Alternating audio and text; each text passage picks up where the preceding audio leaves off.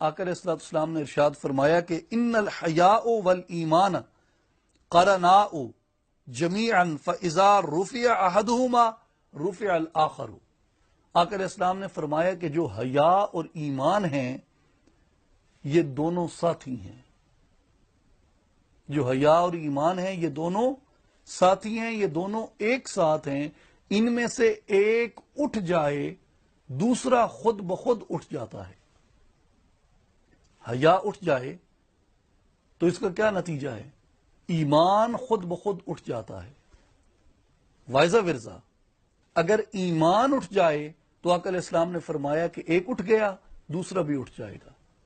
ایمان اٹھ گیا تو حیا بھی اٹھ جائے گا، اور اگر حیا اٹھ گیا تو ایمان بھی اٹھ جائے گا۔ تو اس چیز کو آقا علیہ السلام نے اس اپنے دین مبین کے اس ثقافتی جز کو حضور نے ایمانیاتی پیرائے میں بھی بیان فرمایا، اور حضور نے فرمایا کہ دین کا مقصد تمہارے اندر ایمان کو تقویت دینا ہے، فیتھ فل بنانا ہے تمہیں۔